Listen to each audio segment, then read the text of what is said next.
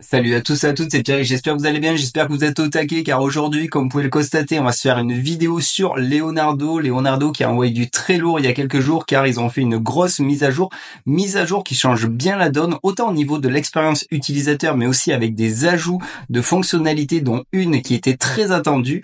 Et restez bien aussi jusqu'à la fin de la vidéo car il y a une super bonne nouvelle aussi pour vous. Du coup, installez-vous confortablement et c'est parti pour une vidéo sur le site de Leonardo AI. Allez, let's go!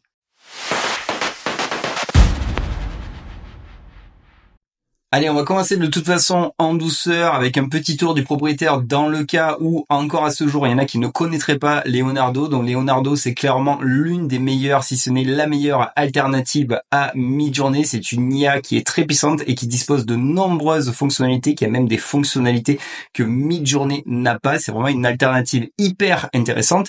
Et déjà quand vous êtes sur le dashboard, que vous regardez le feed de la communauté, on a vraiment des rendus qui sont assez qualitatifs et donc Leonardo n'a clairement pas à rougir face à ce qu'on pourrait faire dans Midjourney.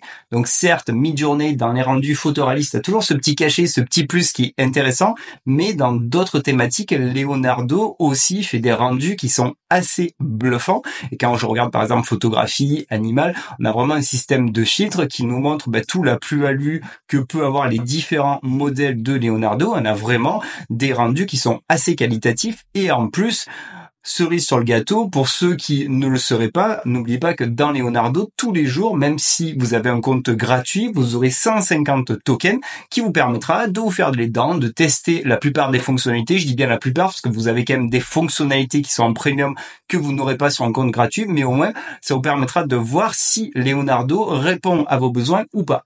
Si on s'intéresse aux différentes fonctionnalités, vous allez voir qu'avec Leonardo, on est quand même assez gâté. C'est clairement une énorme boîte à outils IA qui va vous permettre de faire énormément de choses. Donc on a la possibilité de toute façon de générer des images et c'est là où il y a eu du grand changement au niveau de l'expérience utilisateur. On a un real-time Canva et ça c'est hyper intéressant, un petit peu comme Créa AI ou totalement comme Créa AI. C'est assez commun de retrouver des live Canva dans certaines IA où vous allez mettre un prompt et vous allez dessiner globalement le concept visuel de composition que vous voulez mettre en place et ça va analyser ce que vous mettez sur le canvas, ce que vous dessinez et à droite ou à gauche en fonction des IA, vous aurez le résultat final. Donc ça, c'est hyper intéressant car ça nous permet aux utilisateurs d'avoir vraiment le contrôle sur la composition en fait, ce qui n'est pas le cas quand vous mettez qu'un prompt, vous savez pas où va apparaître l'objet. Globalement, ça va le placer à peu près dans comment vous l'aurez mis dans le prompt, mais là, si vous voulez vraiment une liberté totale et que vous avez une idée de concept spécifique, vous pourrez le faire très facilement. Donc ça, c'est plutôt cool. Ensuite, on a un Canva Editor où là, c'est une énorme fonctionnalité où on peut faire énormément de choses. On pourrait faire, je pense, une playlist entière sur le Canva Editor ou une énorme vidéo. Si ça vous intéresse, quand j'aurai plus de temps, on pourra y revenir. Mais là, c'est du lourd. C'est le genre de fonctionnalité aussi que l'on n'a pas dans Midjourney, que ce soit, si on regarde le Real-Time Canva, j'ai pas ça dans Midjourney. Canva Editor, bon, on peut faire de l'in-painting, de l'out-painting, mais c'est pas aussi puissant que toutes les possibilités que l'on peut faire dans Canva Editor. Ensuite, ça s'arrête pas là, hein. On a vraiment une boîte à outils bien complète. C'est juste pour faire un rappel au cas où qu'il y en ait qui n'utilisent pas encore Leonardo, ce qui serait dommage.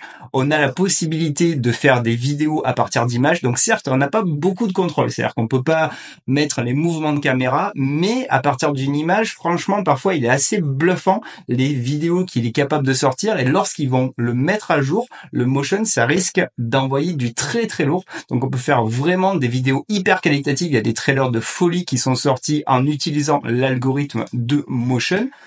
Ensuite, on a le real-time generation, en fait, où on va mettre un prompt. Là, par exemple, je peux mettre Nike Air Jordan et en temps réel, en fonction du prompt que vous tapez, vous avez le visuel qui va apparaître et on peut utiliser les éléments pour personnaliser le rendu. C'est intéressant, c'est pas la fonctionnalité que je préfère dans Leonardo, mais ça peut répondre à certains besoins spécifiques et ça, c'est plutôt cool. Ensuite, on a quand même un upscaler et un upscaler qui est pas déconnant en fait. Par exemple, si on compare à ce que pourrait offrir l'upscaler de Krea AI, moi je préfère l'upscaler de Leonardo. Il est assez intéressant, donc il vous cramera quand même 70 tokens, donc c'est pas rien. N'oubliez pas qu'avec un compte gratuit vous avez 150 crédits, ça peut aller vite, mais c'est cool de s'en sortir de Leonardo, se dire ok, je peux générer une image, ok, je peux l'upscaler, et après de suite je peux en faire une vidéo, et tout ça à un seul même endroit. Franchement, il n'y a pas toutes les IA qui permettent de le faire, donc comme je vous ai évoqué, on se retrouve vraiment avec une grosse boîte à outils, et Leonardo sur ce dernier mois, ils envoient du très très lourd, donc ça va vraiment être une IA que vous devez suivre de très très près si ce n'est pas déjà le cas. Allez, maintenant qu'on a fait le rappel sur toutes les possibilités qu'est capable de faire Leonardo, on va s'intéresser à tout ce qui a été ajouté, tout ce qui a été modifié, les différents ajustements qui sont arrivés dans la génération d'images. C'est une grosse mise à jour. Ils ont vraiment modifié énormément de choses au niveau de l'expérience utilisateur. C'est vrai que dans Leonardo, on pouvait faire beaucoup de choses, mais c'était pas forcément intuitif. Et là, ils commencent à se calquer à ce qu'on a l'habitude de voir dans la plupart des IA. Donc, il y a eu un gros travail qui a été fait au niveau de la sidebar à gauche. Donc là, j'ai la sidebar. Par exemple, quand je clique sur Presets, on a des familles de types de rendu. Et quand vous allez cliquer, si par exemple, regardez bien ce qui va se passer au niveau des différents réglages. Si par exemple, je dis que je veux quelque chose qui soit dans un mode stock photographique, automatiquement, il va aller chercher le modèle qui est le plus adapté. Donc ça, c'est hyper intéressant pour les nouveaux venus qui connaîtraient pas forcément les différentes possibilités des modèles. Ils cliquent sur, par exemple, Cinematic Kino, et là, automatiquement, ça va sélectionner le modèle Leonardo Kino XL. Donc ça, c'est cool. En plus de ça, le style est changé automatiquement, donc idem. Franchement, pour le commun des mortels, c'est hyper intéressant, ça marche très très bien.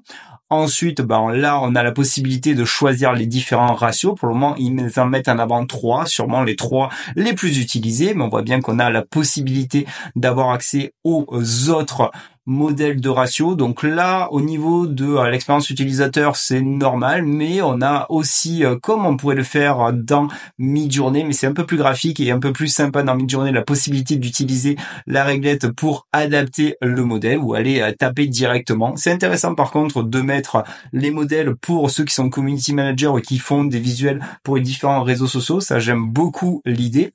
Ensuite, on a le nombre de générations d'images. Jusqu'à là, de toute façon, ça c'est du classique. On peut mettre, si on veut, du private mode ou pas. Ça, c'est aussi intéressant. Et ici, quand on descend de toute façon au fur et à mesure, on a accès aux différents modèles que l'on pourrait avoir dans Leonardo. Donc ça, c'est bien pour ceux qui les connaissent. Ils vont pas forcément aller directement taper dans le style en haut. Ils vont directement aller chercher le modèle en question qui répondra à leurs besoins. On a les petits toggle boutons qui nous permettent d'activer ou pas certaines fonctionnalités, par exemple le photo réel. Vous voyez ça un petit peu pour ceux qui utilisent Midjourney comme le style RAW, quand vous allez faire des rendus photoréalistes, ça vous permet d'avoir un meilleur rendu. On a du negative prompt, on a, et ça j'adore cette fonctionnalité, la possibilité de générer un PNG transparent, et ça franchement quand on fait des assets de jeux vidéo, c'est une masterclass totale, et il y a peu d'IA qui permettent de générer avec de la transparence. On peut faire des motifs et vous pouvez mettre une valeur de seed et la garder, donc c'est plutôt intéressant. La sidebar a eu une bonne petite modification, un bon petit ajustement, et ça marche assez bien, c'est assez clair, assez intuitif, pas de frein de ce côté-là.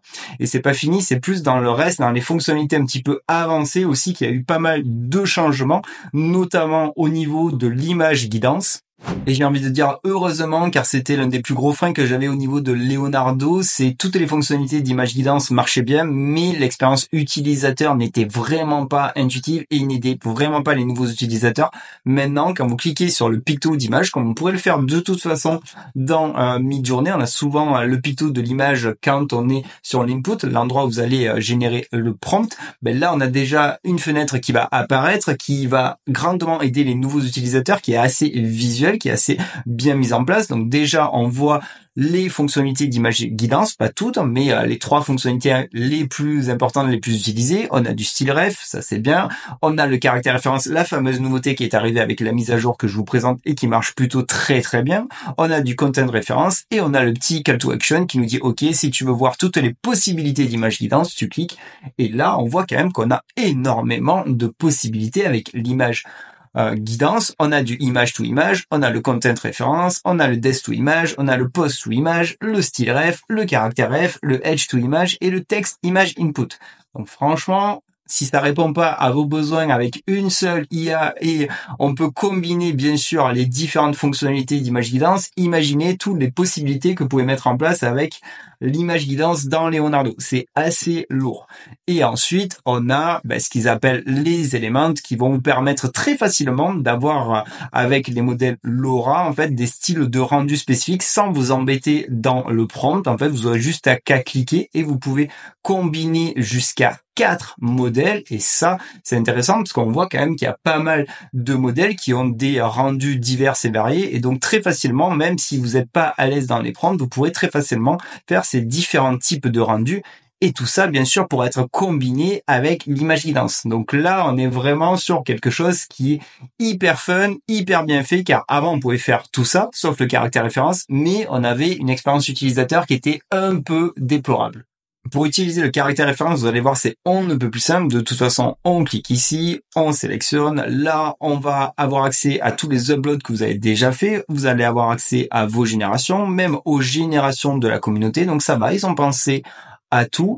Et on va prendre l'actrice Ella Purnell qui jouait dans la série Fallout, série excellente. Et lorsque j'ai vu la série, je me suis dit qu'elle passerait super bien pour jouer le rôle de Gun, Alita en fait. Et donc, je la sélectionne, je confirme. Là, on a le petit feedback visuel qui nous montre bien que ça a été validé, ça a été pris en compte, mais on peut régler la puissance, on clique dessus et on peut mettre la valeur de low à high. On va mettre high. On va mettre un prompt assez simple. Alita Battle Engine in Epic Pose, Epic Action, Poster, Movie. On peut choisir de toute façon la dimension. En modèle, là, on va faire un style animé, donc j'ai pas forcément envie d'avoir un style animé.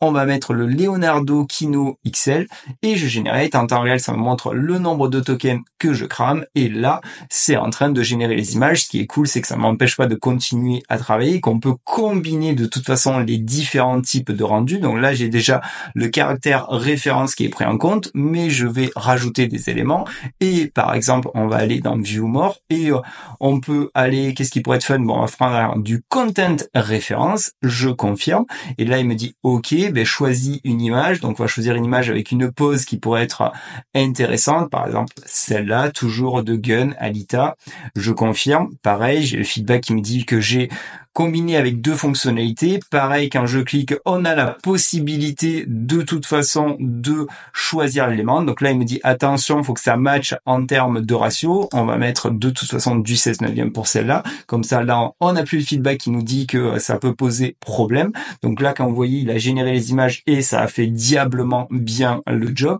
Et là, pareil, je vais cliquer pour Generate et à la fois je combine. C'est-à-dire que là, je vais avoir la pose de l'image avec le content référence plus la tête du personnage de l'actrice, Ella Purnell, avec le caractère référence. Mais ça s'arrête pas là. En fait, on peut vraiment faire des dingueries et combiner énormément de choses car je peux aller maintenant triper avec les éléments et sélectionner certains éléments spécifiques. Par exemple, on va mettre du Glow Wave. Qu'est-ce qu'on pourrait mettre qui marcherait bien le Glow Wave? Le CGI noir. Comme vous dit, on peut en mettre 4, on peut rester à 2, ça marche très bien. Je confirme. Donc là, j'ai pareil les différents éléments qui pourraient avoir un rendu, une puissance spécifique. Donc on va dire le Glow Wave, on va le laisser comme ça. Et le CGI noir, on va le baisser. Et pareil, je generate. Donc les possibilités, elles sont assez infinies et là, c'est vraiment bien intuitif. Donc là, si on regarde au niveau des éléments, j'ai la pose, j'ai le visage et ça marche très très bien. Et comme je dis, c'est assez intuitif, ça va assez rapidement et ça change totalement la donne par rapport à ce qu'on avait avant.